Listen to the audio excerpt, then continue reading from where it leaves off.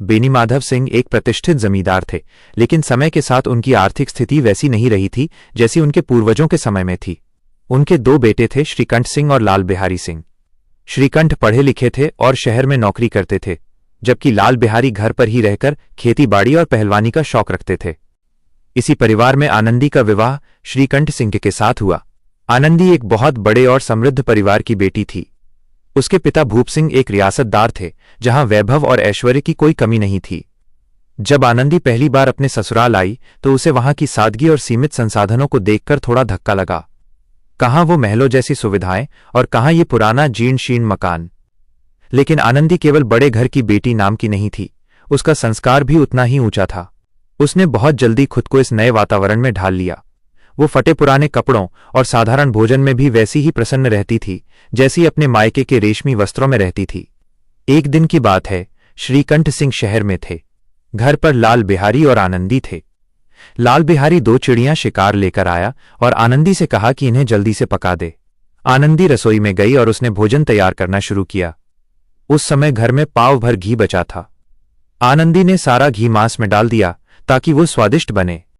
जब लाल बिहारी भोजन करने बैठा तो उसने देखा कि दाल में घी बिल्कुल नहीं है। उसने झल्लाकर पूछा, दाल में घी क्यों नहीं डाला? आनंदी ने सहज भाव से उत्तर दिया, घी जितना था वो सब मांस में डाल दिया। लाल बिहारी को यह बात चुभ गई। उसे लगा कि उसकी उपेक्षा की गई है। उसने व्यंग्य करते हुए कहा, अभी तो परसों घी आया था, इतनी जल्दी खत्म हो गया। आनंदी को अपने मायके की याद आ गई। उसने गर्व से कहा, वहां मायके में तो इतना घी रोज नौकरों के खाने में चला जाता था। यह सुनकर लाल बिहारी का क्रोध 7वें आसमान पर पहुंच गया। उसे लगा कि आनंदी उसके घर की गरीबी का मजाक उड़ा रही है। उसने गुस्से में अपनी खड़ाऊं लकड़ी की चप्पल उठाकर आनंदी की ओर फेंकी और चिल्लाया, तेरे मायके में घी की नदियां बहती होंगी, पर यहां जबान संभालकर बात कर। आनंदी बाल बाल बची, लेकिन उसका हाथ चोटिल हो गया। सबसे बड़ी चोट उसके हृदय पर लगी थी। वो अपने कमरे में जाकर रोने लगी। उसे दुख इस बात का नहीं था कि उसे मारा गया, बल्कि इस बात का था कि उसके मायके का अपमान किया गया। शनिवार को जब श्रीकंठ सिंह घर लौटे तो उन्हें घर का माहौल भारी लगा। आनंदी ने उन्हें सारी बात विस्तार से बताई।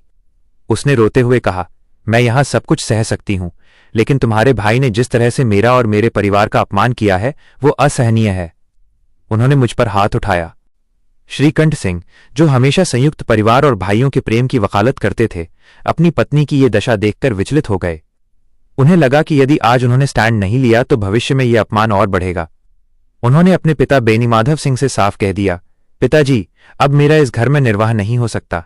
मैं लाल बिहारी के साथ एक छत के नीचे नहीं रह सकता। बेनीमाधव सिंह हक्के बक्के रह गए। उन्होंने समझाने की कोशिश की, बेटा, भाई भाई में तो अनबन होती ही रहती है। औरतें तो घर फोड़ने वाली होती हैं, उनकी बातों में आकर अपना घर मत उजाड़ो। लेकिन श्रीकंठ अपनी बात पर अड़े रहे। उन्होंने कहा, यह केवल औरत की बात नहीं है, ये सम्मान की बात है। पूरे गांव में ये खबर फैल गई कि बेनीमाधव सिंह के घर में बंटवारा होने वाला है। जो लोग इस परिवार की एकता से जलते थे वे मजे लेने लगे। श्रीकंठ ने अपना सामान समेटना शुरू कर दिया। बेनीमाधव सिंह कोने में बैठकर अपनी किस्मत को कोस रहे थे। उन्हें लग रहा था कि उनका बुढ़ापा अब दुख में बीतेगा और खानदान की नाक कट जाएगी।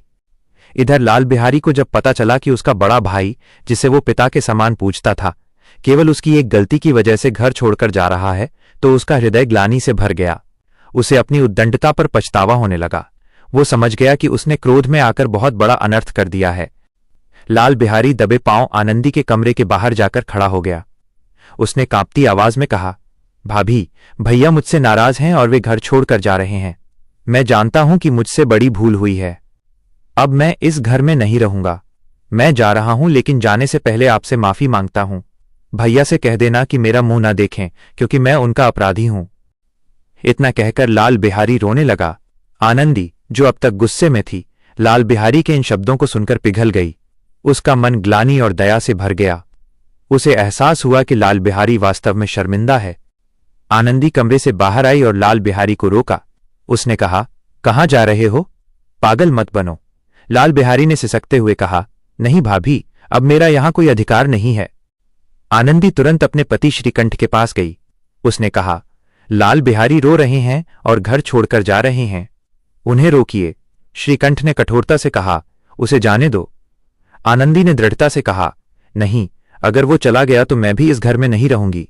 वह बच्चा है, उससे गलती हो गई, उसने माफी मांग ली है। बड़े घर की बेटियां बदला नहीं लेती, वे माफ करना जानती हैं। आनंदी की बातों ने श्रीकंठ का हृदय बदल दिया। वे बाहर आए और लाल बिहारी को गले लगा लिया। दोनों भाई फूट फूट कर रोने लगे। लाल बिहारी ने श्रीकंठ के पैर पकड़ लिए और श्रीकंठ ने उसे उठाकर छाती से लगा लिया। ये दृश्य देखकर बेनीमाधव सिंह की आंखों में खुशी के आंसू आ गए। उन्होंने गर्व से कहा, बड़े घर की बेटियां ऐसी ही होती हैं, बिगड़ता हुआ काम बना लेती हैं। प्रेमचंद की ये कहानी हमें सिखाती है कि परिवार में झगड़े होना आम बात है, लेकिन उन झगड़ों को पालना और घर को तोड़ना मूर्खता है। आनंदी का चरित्र ये दर्शाता है कि एक स्त्री चाहे तो घर को स्वर्ग बना सकती है और चाहे तो नर्क। बड़े घर की बेटी होने का अर्थ केवल अमीर होना नहीं है, बल्कि संस्कारों में धनी होना और अपनों के लिए त्याग करना है। इस कहानी ने समाज को यह संदेश दिया कि क्षमा में जो शक्ति है वो प्रतिशोध में नहीं। आनंदी ने अपने व्यक्तिगत अपमान को परिवार की एकता के लिए त्याग दिया, जो उसे साहित्य के इतिहास में एक अमर और महान पात्र बनाता है।